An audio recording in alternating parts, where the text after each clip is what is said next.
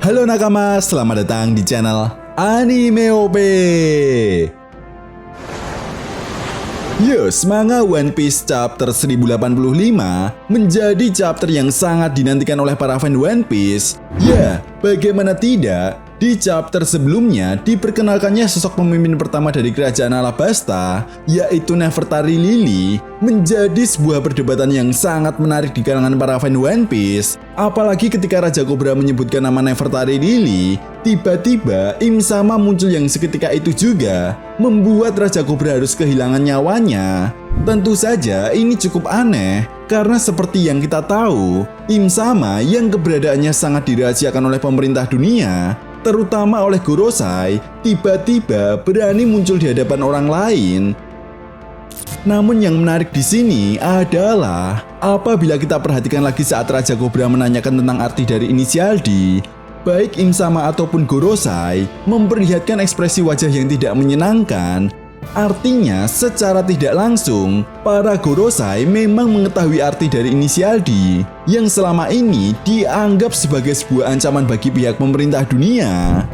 Lalu kemudian di sisi lain, saat ini memang pihak pemerintah dunia telah melakukan pergerakan besar-besaran untuk mengatasi konflik yang terjadi di dunia One Piece pun, cepat atau lambat, akan segera terseret dalam arus gelombang pertempuran besar yang disebut sebagai Perang Tahta. Karena seperti yang kita tahu bahwa pihak pemerintah dunia sendiri telah memerintahkan 9 kesatria suci untuk menghabisi semua pemberontakan yang dilakukan oleh organisasi Revolutionary Army. Tentu saja Monkey D. Dragon sebagai pentolan dari organisasi kriminal ini sadar betul bahwa pihak pemerintah dunia sendiri semakin gencar dalam melakukan pencarian dan menghabisi semua pergerakan dari organisasi Revolutionary Army yang saat ini dianggap mengancam eksistensi pemerintah dunia. Dan secara tidak langsung, hal ini pun menjadi sebuah petunjuk akan seperti apa alur cerita One Piece ke depannya. Lalu sampai di sini yang menjadi sebuah pertanyaan besarnya adalah, sebenarnya kekuatan seperti apa yang dimiliki oleh 9 kesatria suci? Apakah mereka orang yang kuat? Sehingga mereka akan menjadi salah satu musuh terberat yang akan dihadapi oleh Revolutionary Army ataupun kelompok bajak laut topi jerami? Well, tentunya ini sangat menarik untuk kita bahas bersama. Oke, namun sebelum masuk ke pembahasannya, jangan lupa like video ini ya bosku, sebagai dukungan kalian semua untuk channel ini ke depannya. Nah, jika sudah, terima kasih banyak dan mari kita mulai. One Piece chapter 1085 kemungkinan akan diawali dengan memperlihatkan kelanjutan penyerangan yang akan dilakukan oleh organisasi Revolutionary Army saat di Mary Joyce. Ya, seperti yang kita tahu, bahwa sebelumnya Karasu dan Morley telah berhasil menyelamatkan Kuma dengan kekuatan buah iblis yang dimiliki oleh Morley. Namun masalahnya, ketika itu Sabo mengatakan kepada Karasu bahwa dia berencana untuk menyelesaikan urusannya terlebih dahulu sebelum pergi meninggalkan Mary Joyce. Itu sebabnya inilah yang menjadi alasan kenapa ketika itu para anggota Revolutionary Army yang telah kembali ke kerajaan Kamabaka telah berpisah dengan Sabo. Nah, yang menarik di sini adalah apabila kita perhatikan lagi dengan seksama, ketika Sabo bersembunyi di atas langit-langit bersama dengan Bani, prajurit yang mengejar Sabo mengatakan bahwa lagi-lagi prajurit di menara ini berkurang setelah mereka melihat ruangan berhantu.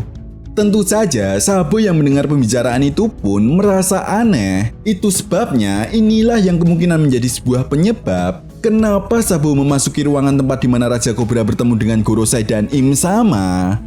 Lalu kemudian di sisi lain, diperlihatkannya wujud dari 9 kesatria suci. Tentu saja menjadi sesuatu hal yang sangat dinantikan oleh para fan One Piece. Bagaimana tidak, sebelumnya kita juga sempat dibuat heboh dengan salah satu anggota kesatria suci yang siluetnya sangat mirip sekali dengan sosok sang kaisar lautan Akagami no Sen. Jelas hal ini pun menjadi sebuah pertanyaan besar di kalangan para fan One Piece. Apakah benar Akagami no Sen bagian dari 9 kesatria suci? Entahlah, namun yang jelas apabila kita analisa lagi, di chapter 1054, para kesatria suci ini pernah disinggung oleh Sakazuki Akainu ketika dirinya berbicara dengan Admiral Kizaru. Nah, di momen ini Sakazuki Akainu mengatakan jika pelanggaran yang dilakukan oleh Mosgard terhadap Saint Carlos merupakan tanggung jawab dari para kesatria suci. Dengan kata lain, para kesatria suci ini juga memiliki peran sebagai pengadilan bagi kaum naga langit atau Tenryubito. Dan hal ini juga bisa menjadi sebuah jawaban kenapa para angkatan laut tidak bisa menghukum para Tenryubito. Nah, apabila kita berbicara tentang kekuatan dari 9 kesatria suci ini, tentu saja pihak pemerintah dunia yang memberikan wewenang yang cukup penting bagi mereka untuk mengatasi beberapa persoalan yang dirasa mengancam bagi pihak pemerintah dunia itu sendiri, sudah dapat dipastikan bahwa 9 kesatria suci ini bukanlah orang yang lemah. Tentu saja, kalian semua para fan One Piece sudah tidak heran lagi jika Oda Sensei sering sekali membuat cerita One Piece yang terinspirasi dari kisah dunia nyata. Nah, Mimin sendiri curiga jika referensi Oda membuat 9 kesatria suci ini berdasarkan para kesatria Templar. Nah, menurut sejarah, kesatria Templar ini awalnya didirikan oleh 9 orang hingga akhirnya memiliki ribuan anggota untuk terlibat dalam sebuah perang agama. Tentu saja, ini persis seperti apa yang udah gambarkan dalam cerita One Piece. Namun yang lebih gilanya lagi, entah sebuah kebetulan atau tidak, para pendiri kesatria Templar ini memiliki nama yang cukup menarik. Contohnya seperti Hawk the Payen, Galfrin the Saint Omer, Andren the Monbard, dan Atsma About the Saint Ahmad. Ya, bukankah ini terlihat seperti inisial di dalam cerita One Piece? Artinya, apakah mungkin 9 kesatria suci yang dibentuk oleh pemerintah dunia saat ini sebenarnya terinspirasi dari 9 kesatria suci yang dulunya pernah menjadi bagian dari kerajaan kuno? Karena seperti yang pernah dijelaskan oleh Dr. Vegapunk, bahwa dulunya kerajaan kuno memiliki teknologi kekuatan militer yang sangat canggih. Itu sebabnya pemerintah dunia sendiri berusaha keras untuk melakukan penelitian demi mendapatkan kekuatan militer yang dulunya pernah dimiliki oleh kerajaan kuno.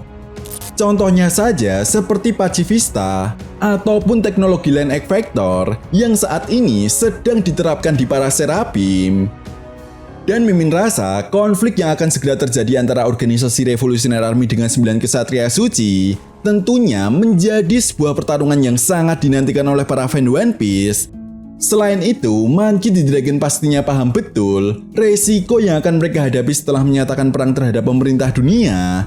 Dan cepat atau lambat, kita pun akan segera mengetahui sebenarnya kekuatan apa yang dimiliki oleh Monkey D. Dragon sebagai kriminal yang paling dicari oleh pemerintah dunia. Well, kita tunggu saja aksi yang akan diperlihatkan oleh organisasi Revolutionary Army dan 9 kesatria suci.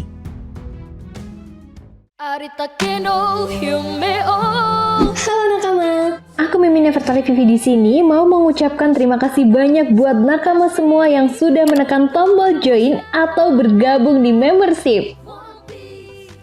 Nah, tentunya di fitur ini kalian semua bisa support langsung channel YouTube Anime OP untuk terus berkarya dan pastinya biar aku tambah semangat lagi ngontennya.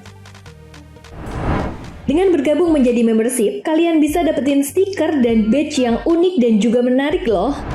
Nah, untuk harga membershipnya sendiri ada 2 pilihan ya, yaitu Supernova seharga 4.900 dan Yonko seharga 9.900. Sedangkan untuk fitur dan kelebihannya sendiri sebenarnya sama aja sih guys.